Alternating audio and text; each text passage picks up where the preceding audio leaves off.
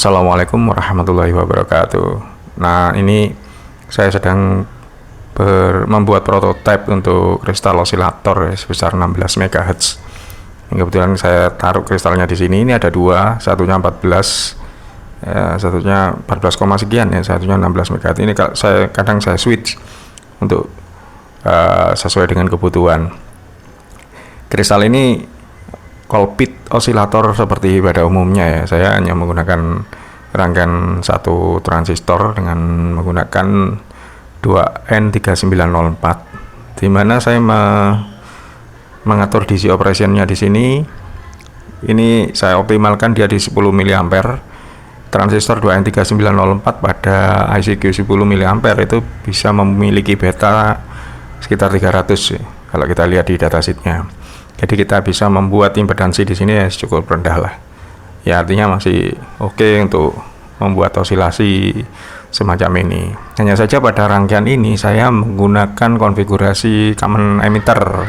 Biasanya kan kalau kita menggunakan Colbit osilator itu, pada video beberapa tahun yang lalu saya juga pernah membuat itu rangkaiannya menggunakan emitter follower. Jadi ya memang tidak berorientasi untuk terlalu memperbesar amplitude, tapi lebih pada ini arus ya, suplai arusnya ya sekaligus menjadi buffer. Tapi kali ini karena saya sudah mendrive current di sini 10 mA, saya pikir dengan common emitter juga is okay ya, cukup. Saya tidak menggunakan buffer di sini. Rangkaiannya simple. Jadi di sini ada feedback. Ini feedback. Sebenarnya kalau ini kita butuhkan pada saat konfigurasi ini sebagai emitter follower ya. Karena ini dua ini sebenarnya memberikan gain ya, dengan melihat perbandingan reaktan dari dua kapasitor ini. Ini kan 20 piko, satunya 390 piko. Idealnya sih sama sebenarnya. Tapi saya memperkecil ini supaya gainnya agak lebih besar. Nah, kemudian pada kristalnya sendiri di 16 MHz ini harusnya ada kapasitor kompensat di sini, tapi tidak saya kasih. Ya udah, ini langsung aja lah saya hubungkan ke ground. Cuk untuk di kaki kolektor saya menggunakan 6,7 mikrohenry.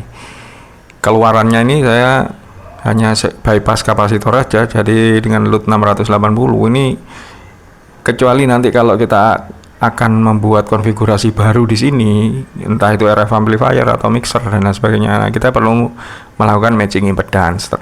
Tentunya ini akan saya bongkar ya, kalau akan diteruskan pada rangkaian berikutnya. Tapi di sini saya masih hanya memfungsikan ini sebagai resonator aja dulu, nanti ya untuk mengobserv ya tentang fungsi dari kristal ini.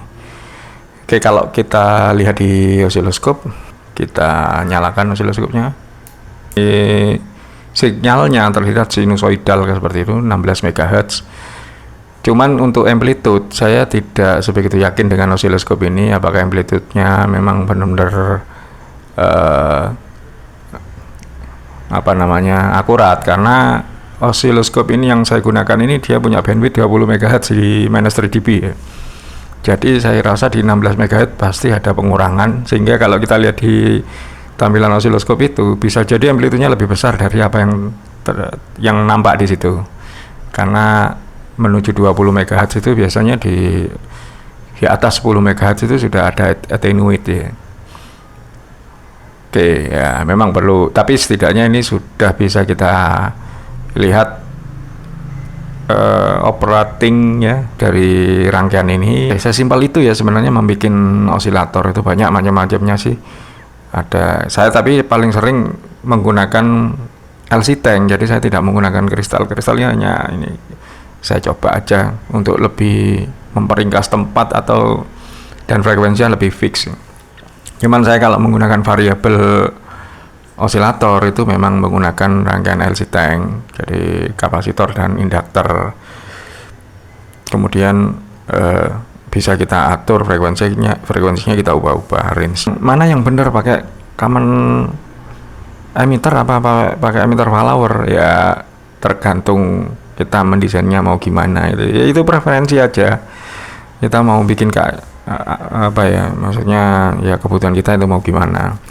Saya kadang juga menggunakan emitter follower, keluarnya nggak terlalu besar karena nanti ada RF amplifier di sini.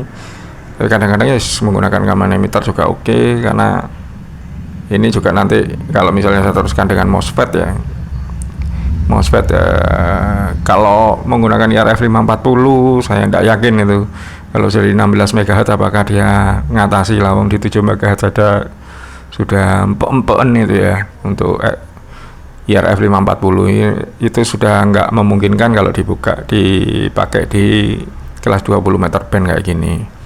Ya bisa sih keluar oscilasinya, tapi kan tidak optimal.